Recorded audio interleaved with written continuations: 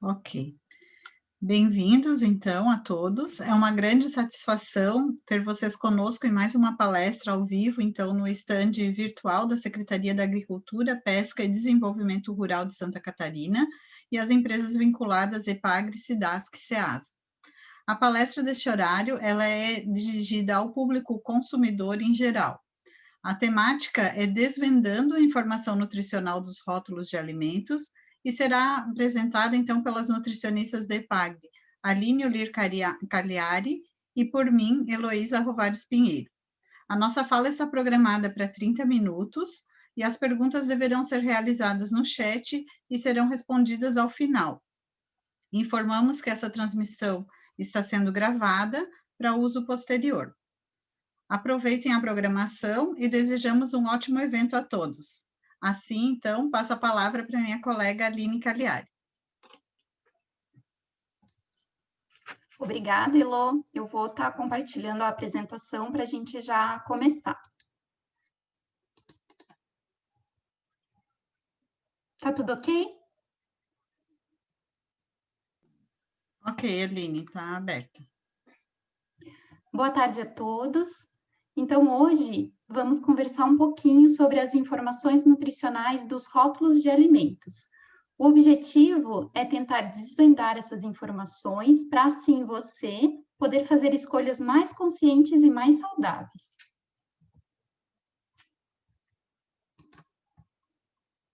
Para isso, eu trouxe aqui a definição do que é um rótulo. O rótulo é considerado toda a inscrição que estiver na embalagem do produto, seja ela uma legenda, uma imagem, uma matéria descritiva, gráfica, até mesmo a tabela nutricional. Ela pode estar escrita, impressa, estampada, gravada, litografada ou mesmo colada como uma etiqueta. Tudo que estiver então, na embalagem é considerada rótulo. O rótulo possui algumas informações que são obrigatórias. Uma delas é a denominação de venda. A denominação de venda é um nome específico que indica a origem e as características dos alimentos. Ela permite que o consumidor saiba exatamente o que está comprando, pois muitas vezes o nome fantasia do produto não é muito claro. Ela deve estar no painel principal do rótulo e em letras grandes e visíveis, ou seja, na frente. Eu trouxe um exemplo aqui de algo muito comum nos supermercados que geram confusão.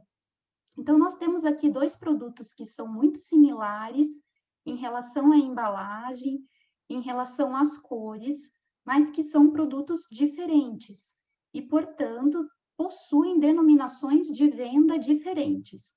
Então, à esquerda, nós temos o composto lácteo com fibras, e à direita, a gente tem o leite em pó integral instantâneo.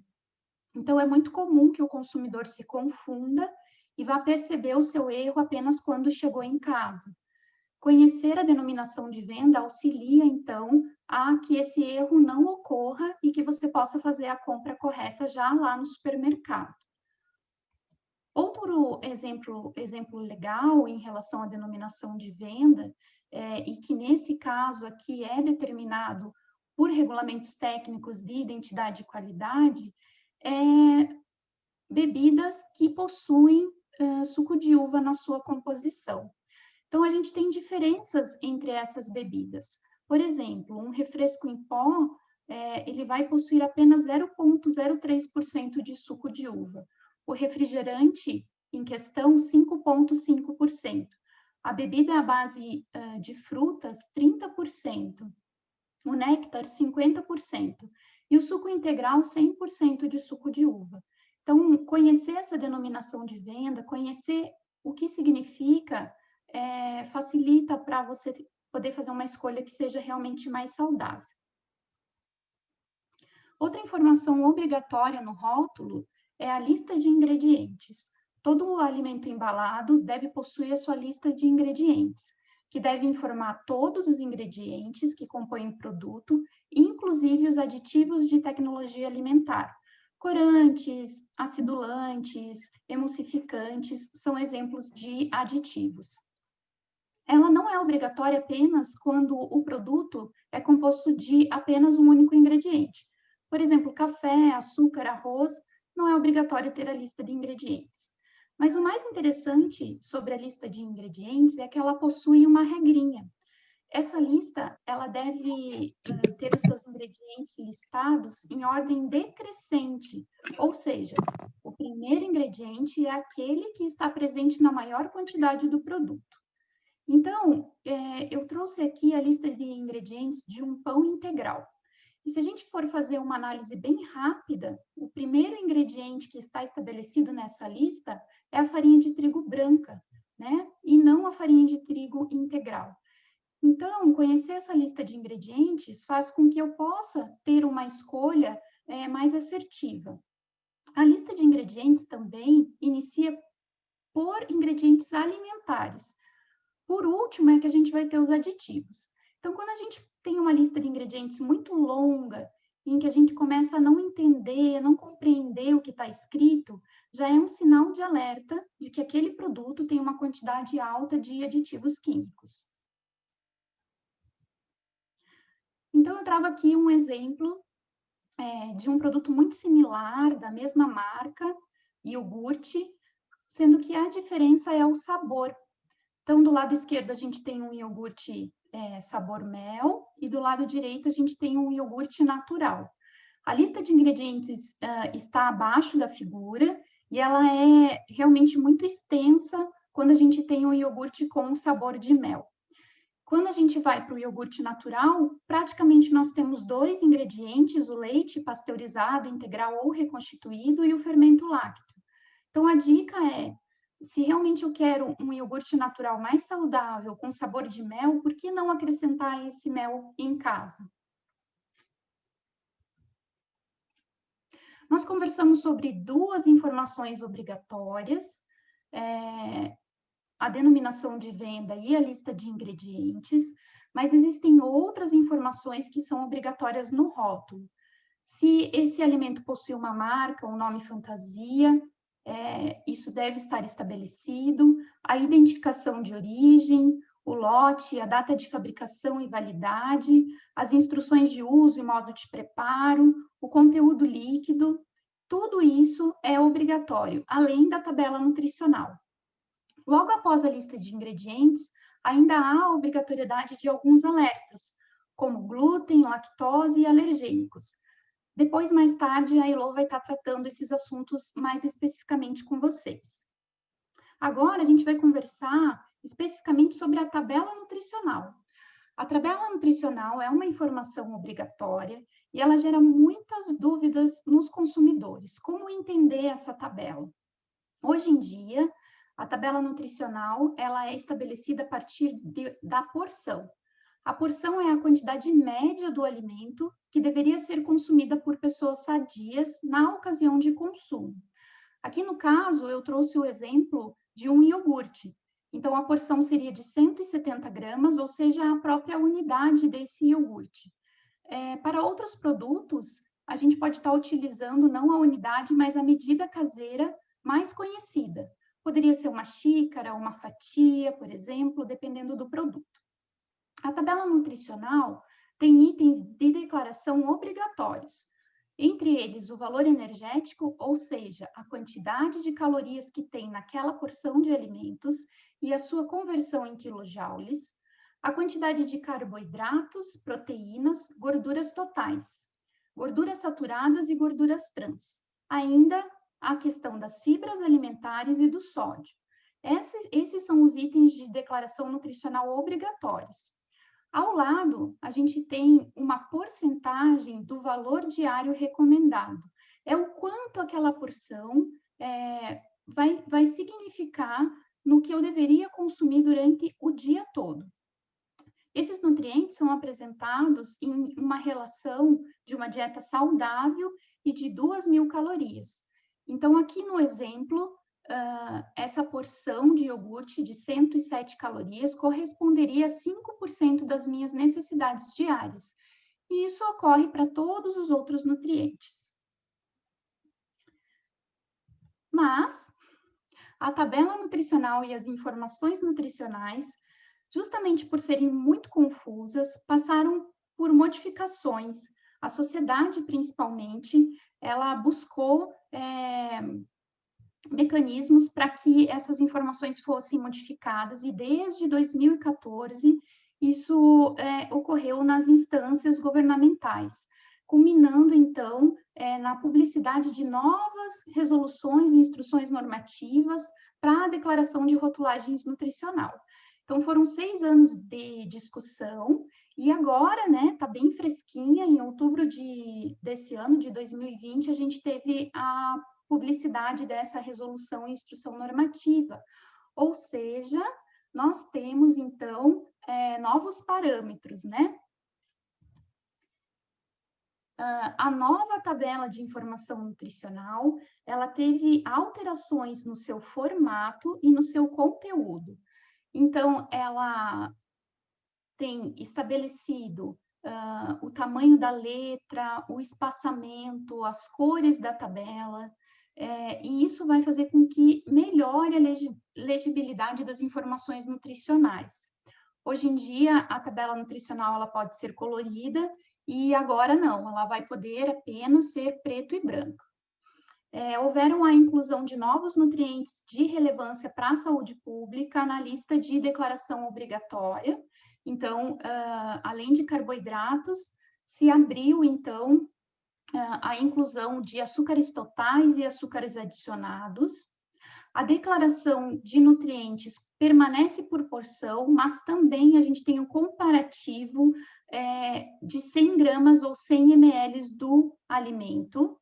Houveram, então, atualizações nos valores de referência do percentual de valores diários, e ainda se houve a inserção da inclusão da declaração do número de porções por embalagem, com a redução da variabilidade no tamanho das porções e revisão das regras sobre embalagens individuais.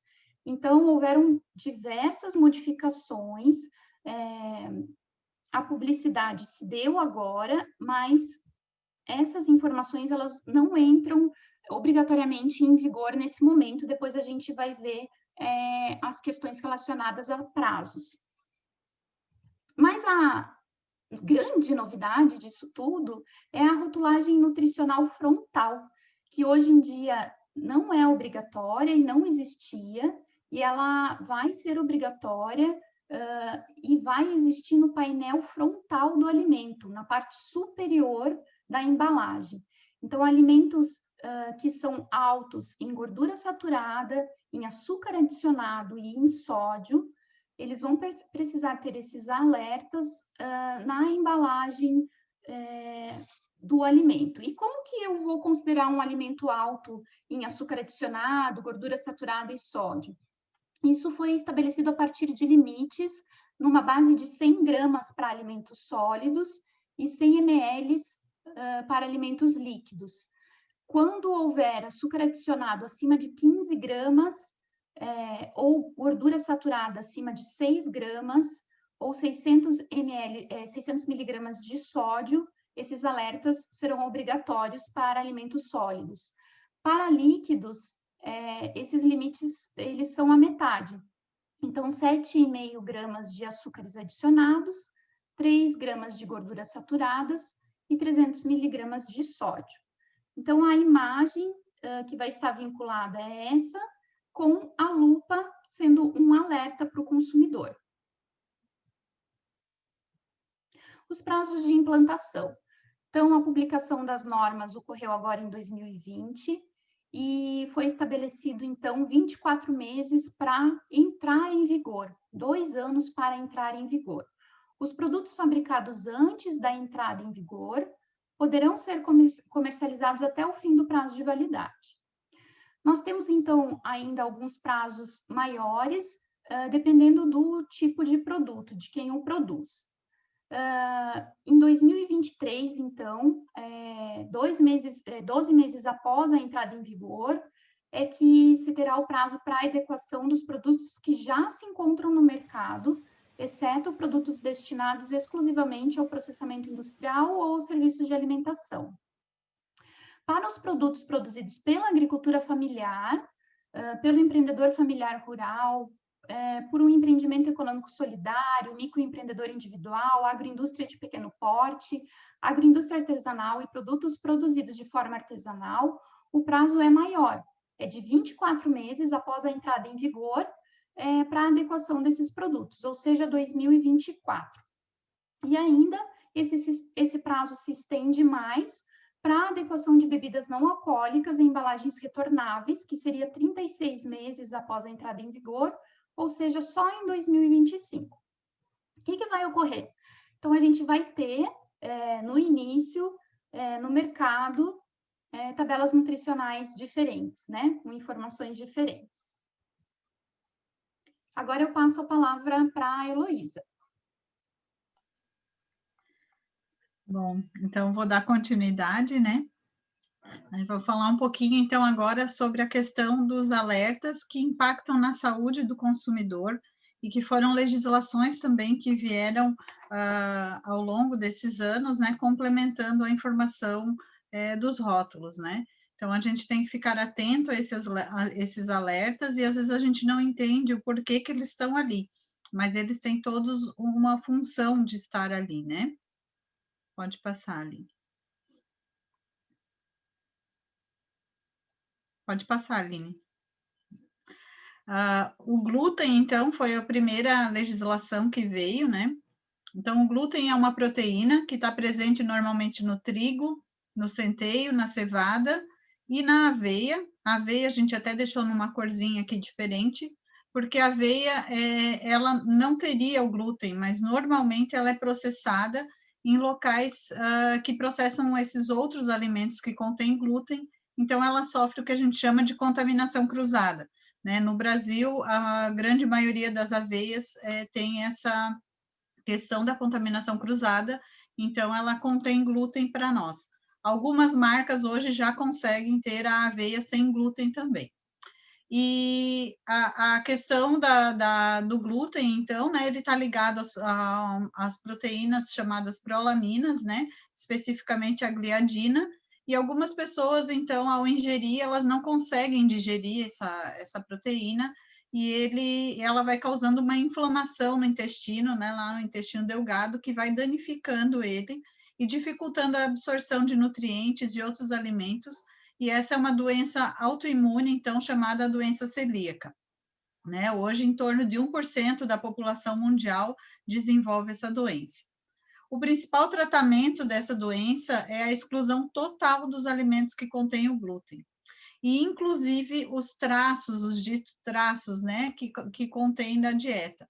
Tem pessoas muito sensíveis, né, que qualquer traço já vai danificando o intestino. E isso pode levar a sérios problemas mais tarde intestinais, como se não houver essa exclusão total. Então, o tratamento vai levar ao desaparecimento dos sintomas e à melhora da qualidade de vida dessas pessoas. E por isso é tão importante, então, para elas, né, consumirem alimentos que sejam seguros em relação ao glúten. E essas proteínas, o glúten, ele tem muito, assim, uma partícula muito pequena, então é muito fácil a contaminação. E esses traços, né, que se chamam, então, as pessoas podem ser passados de um alimento para o outro, que é a contaminação cruzada, que a gente vai falar um pouquinho, né? Que é muito sério e, infelizmente, muito comum, e quando a gente olha rótulos de alimentos, a gente percebe ainda muitos erros em relação a essa questão do glúten, e isso pode trazer, como eu comentei ali, consequências muito graves para as pessoas que têm essa doença, né? Então, a lei ela é de 2003, e ela tem duas expressões apenas, que é contém ou não contém glúten.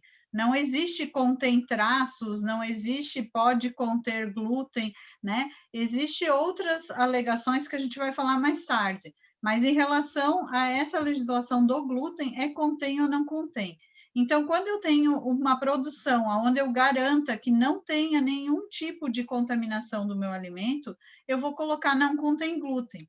Agora, quando eu faço alimentos que na sua natureza não contém glúten nos ingredientes, mas que usam equipamentos, né, que no seu processamento tem alimentos com glúten junto, eu tenho o risco dessa contaminação cruzada e eu não posso garantir que esse alimento não contém nada de glúten. Então, nesses casos, eu tenho que colocar que contém glúten. E esse é um erro muito comum que a gente ainda observa nos rótulos e de empresas de panificados, principalmente, aonde colocam em produtos que não contêm glúten e são processados todos juntos numa mesma unidade. Pode passar, Aline. Então, sempre que se faz um rótulo de glúten, tem que se pensar, o alimento contém um ingrediente com glúten? Sim, então já contém glúten. Não contém um ingrediente com glúten? Então, vou para a segunda pergunta. Ele sofre contaminação cruzada com algum ingrediente que contém glúten? Tem algum outro ingrediente ali que possa fazer essa contaminação? Se sim, já vai para o contém glúten também. Se não, se é uma unidade livre, não contém glúten. Pode passar. Além do glúten, a gente também teve outra legislação que trata das alergias alimentares, dos alérgicos, dos alergênicos, né? Então, o alergeno alimentar é qualquer proteína, né? Normalmente as proteínas incluídas, as proteínas modificadas, as suas frações, derivadas dos principais alimentos que podem causar as alergias alimentares. E as alergias alimentares, então, são reações adversas, né? Que são reprodutíveis, mediadas por mecanismos imunológicos específicos e que ocorrem, então, nos indivíduos que são sensíveis após o consumo de um determinado alimento alérgeno, né? Pode passar. Estima-se, né, a Anvisa, quando fez essa legislação, então, ela tem se baseado em pesquisas, em dados científicos, então, né, e estima-se que há uma prevalência que no Brasil de 1 a 3% de pessoas com alergias alimentares. Indivíduos com alergias alimentares, eles podem desenvolver diversas reações alérgicas, né, sendo a mais grave a anafilaxia. Mesmo quando apenas pequenas quantidades são ingeridas no alimento, para quem é muito sensível, pode chegar a esse estado grave. Então, tem pessoas que realmente qualquer quantidade pode causar reações alérgicas e essa a mais grave anafilaxia. Estima-se internacionalmente, assim, indicam que entre 30% e 50% dos casos de anafilaxia são causados por alimentos. E nos Estados Unidos, estima-se que as anafilaxias, né, por alimentos resultam em 30 mil emergências domiciliares, 2 mil hospitalizações e 150 mortes por ano. Normalmente, quando causa anafilaxia, a pessoa tem que ir para o hospital, geralmente é dado adrenalina e não pode se ter isso em casa.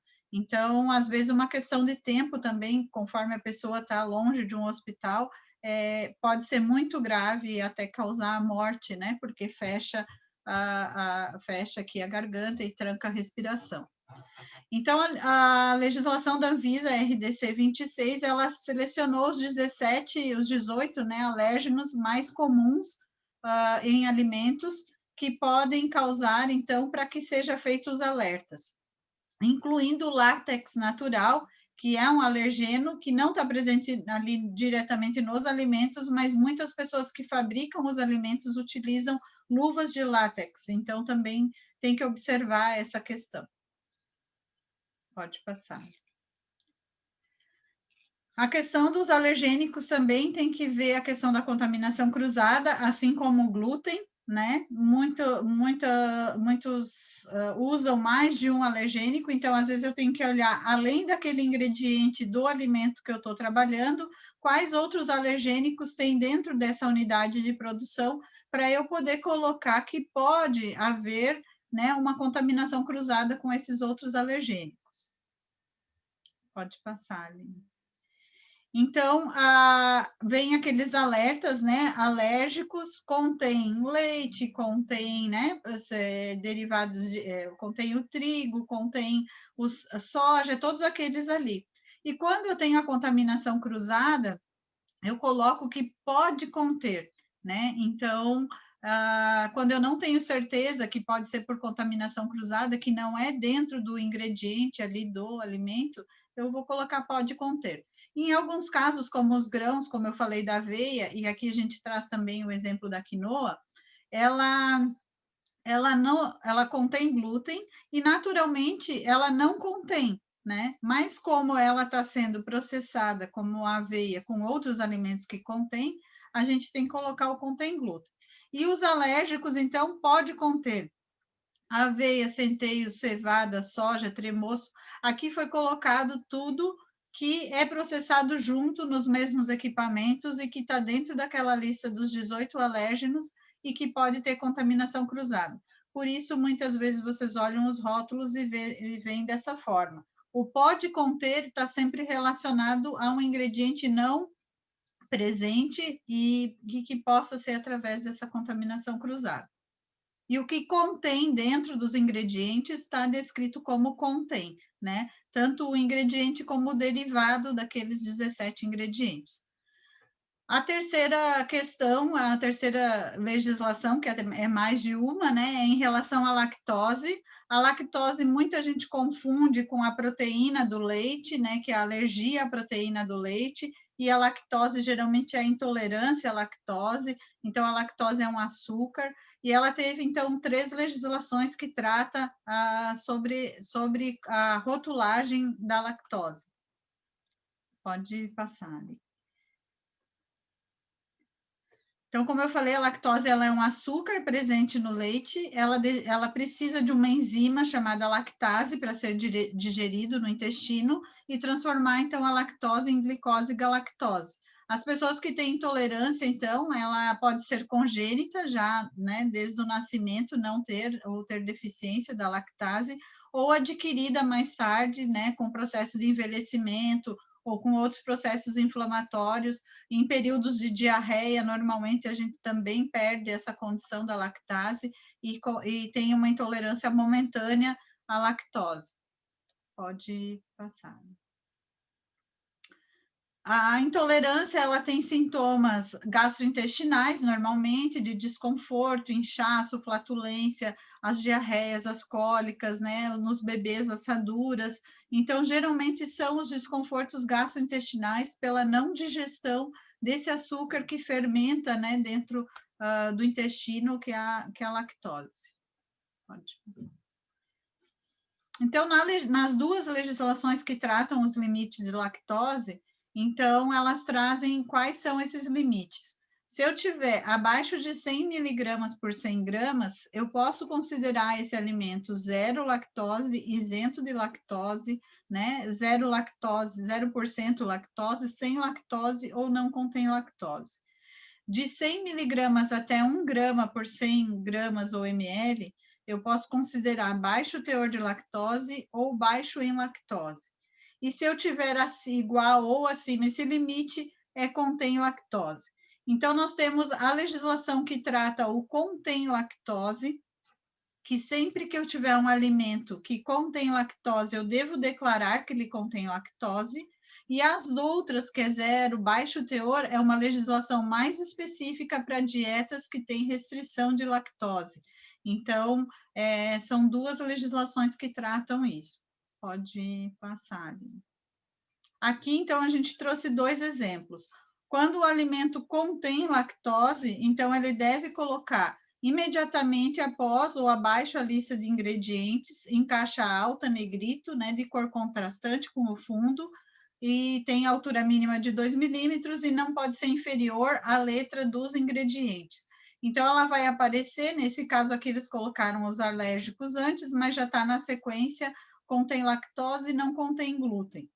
Mesmo sendo um leite, como é nesse caso, tanto alérgicos como a lactose tem que estar colocada ali, e qualquer outro alimento que contenha, né, a questão da lactose está ligada aos derivados, né, de leite, então produtos que normalmente têm leite ou derivados. Pode passar. E quando eu quero dizer que um alimento ele é isento, ele é zero lactose, então a regra é mais específica. Eu tenho que ter algumas Primeiro eu tenho que fazer análise desse meu alimento para comprovar que ele está abaixo dos 100 miligramas por 100 gramas. Também tenho que colocar no rótulo a denominação, como estava lá em cima, qualquer uma daquelas é aceita pela Anvisa. No painel principal tem que estar essa denominação, e junto ali embaixo, como na segunda foto, tem que ter a denominação aqui do alimento com a função, né, para que é. Então, no caso da lactose, é doce de leite aqui para dietas com restrição de lactose e zero lactose. No painel principal, no painel da frente, sempre eu tenho que ter essa informação. Pode passar, Aline. Depois, eu também sou obrigada, na informação nutricional, a colocar os valores de lactose e galactose. Nesse caso, o fabricante até colocou mais informações, mas a obrigação é de lactose e galactose, que tem que estar colocado. Então, isso também através de análise. E também tem um alerta para diabéticos aqui em relação à glicose, como já é um açúcar, então, que já está aqui, já a enzima já transformou. Então, tem esse alerta para diabéticos e galactosêmicos. Então, são questões que, quando eu estou fazendo um alimento, eu não posso simplesmente dizer que esse alimento não contém lactose. E nem pegar um alimento que naturalmente não contenha nem leite, nem derivados, e colocar no rótulo não contém lactose. Eu vou fazer um bolo. O bolo, eu posso fazer bolo sem leite ou bolo com leite, né? As receitas não necessariamente precisam ter leite. Então, aquele bolo que não vai nenhum ingrediente com leite e derivados, eu não devo colocar, não contém lactose, né? Agora, aquele bolo que vai leite ou derivados, eu vou colocar que contém lactose, né? Dentro da legislação. Se eu tiver um alimento que contém leite ou derivados e que eu quero dizer que ele é sem lactose, então eu tenho que seguir essa outra legislação com essas outras exigências junto. Mas isso também, hoje, a gente vê muito erro nos rótulos, onde as pessoas colocam não contém lactose em vários produtos que naturalmente não contém lactose. E a legislação não indica colocar. É diferente do glúten, que tem as duas opções, contém ou não contém. A lactose é só quando contém a lactose. Obrigada, Elo. Agora eu vou dar continuidade à nossa conversa. São tantas informações, né? E são informações que às vezes é difícil a gente compreender. E ainda, os rótulos de alimentos, eles não podem apresentar, então, palavras ou qualquer representação gráfica que possa tornar essas informações falsas ou que possam induzir o consumidor a erro. No entanto, é comum ainda se encontrar no mercado alguns exemplos como os que eu vou estar passando aqui para vocês. Alimentos que no rótulo demonstrem propriedades que não possam ser comprovadas cientificamente. Então, existem ainda no mercado alguns alimentos que têm lá no rótulo escrito: o consumo deste produto reduz risco de doença cardíaca. Isso é proibido e está errado. Foi muito comum, alguns anos atrás, as inscrições nos óleos vegetais de óleos sem colesterol. O certo é sem colesterol, como todo óleo vegetal, porque o rótulo dos alimentos não devem destacar a presença ou a ausência de componentes que sejam próprios dos alimentos de igual natureza. Ou pior ainda, alimentos que possuem rótulos que destacam propriedades medicinais, terapêuticas, que aconselham o seu consumo como estimulante, para melhorar a saúde, para prevenir doenças, ou que ainda consideram aquele alimento como uma ação curativa. É proibido, então, inscrições como previne osteoporose, emagrece, né? Então, isso não pode ter no rótulo dos alimentos. Hoje, a gente conversou bastante sobre a legislação da parte nutricional e rotulagem geral dos alimentos, que são informações obrigatórias. No entanto, isso é só um pedacinho da legislação. Existem legislações que não são obrigatórias, que são opcionais, por exemplo, como as informações nutricionais complementares, alegações e claims, por exemplo, e a gente não tratou muito disso hoje, a gente acabou conversando um pouco mais sobre as informações obrigatórias. Nesse sentido também, é que eu trago esse slide para mostrar que a legislação de rótulo, ela é aplicada conforme o órgão que regulamenta a matéria-prima de cada produto. Então, dependendo do produto que a gente tem, a gente vai ter legislações diferentes e órgãos regulamentando também diferentes. De maneira geral, a gente tem o Ministério da Agricultura e Pecuária e o Ministério da Saúde, através da Anvisa, fazendo essa legalização da parte sanitária. Então, produtos de origem animal, bebidas, polpa de fruta, vinagre, os padrões de classificação de grãos, farinhas, frutas, verduras e legumes, vai passar pelo Ministério da Agricultura e Pecuária. Outros produtos de origem vegetal industrializados, principalmente panificados, pães, massas, bolos e biscoitos, geleias e compotas e conservas, vão passar pela fiscalização da vigilância sanitária, da Anvisa. Eu vou voltar um pouquinho aqui no slide anterior, porque eu gostaria de frisar que existem diversas, inúmeras legislações que vão ter aplicação no rótulo, fora, então, essas informações obrigatórias. A gente tem legislações de regulamentos técnicos de identidade e qualidade para a denominação do produto, a gente tem legislações de rastreabilidade, por exemplo, de denominação de origem, de selos distintivos, como orgânicos ou selo da agricultura familiar. Então, hoje, na verdade, a gente quis enfatizar mais as questões nutricionais envolvidas nas informações de rotulagem, né? Mas a gente poderia fazer diversas palestras, quase até um curso sobre essas outras legislações, tá? E para finalizar, como nutricionista, nós não poderíamos deixar de dar essa dica. Conversamos hoje muito sobre produtos embalados, mas, de maneira geral, os alimentos mais saudáveis são os que a gente retira diretamente da natureza. Então, a dica que a gente traz é desembale menos e descasque mais para você ter mais saúde na sua vida, tá? Eu vou passar a palavra agora para a Heloísa, ela está acompanhando o chat para a gente ver se tem alguma dúvida antes da gente fazer a finalização. Uhum. Ok, Aline, isso, pode tirar a apresentação.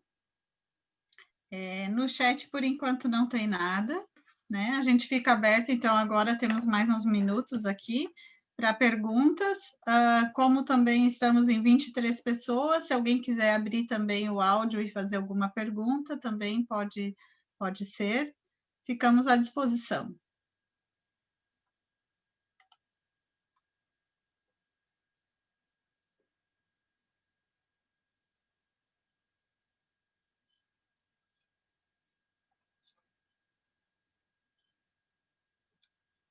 Gostaria de agradecer a presença e a interação de todos e convidá-los para participar das demais palestras do estande da Secretaria da Agricultura, Pesca e Desenvolvimento Rural. Acesse a programação completa das salas de reuniões e não deixe de nos procurar em caso de dúvidas e comentários.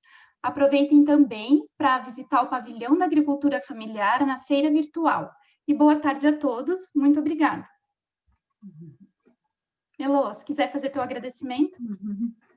Eu também agradeço pela oportunidade, né, de estarmos aqui conversando um pouquinho sobre essa questão de rotulagem, né, e, assim, a Expo Super, né, tem vários empreendimentos ali, né, que nós, então, enquanto GNM, programa, né, trabalhamos a questão de rotulagem também com alguns agricultores, né, não com todos, mas é um trabalho também que a EPAGRE desenvolve, né, em parceria aí com alguns agricultores. E agradeço a presença de todos hoje, né, e obrigada.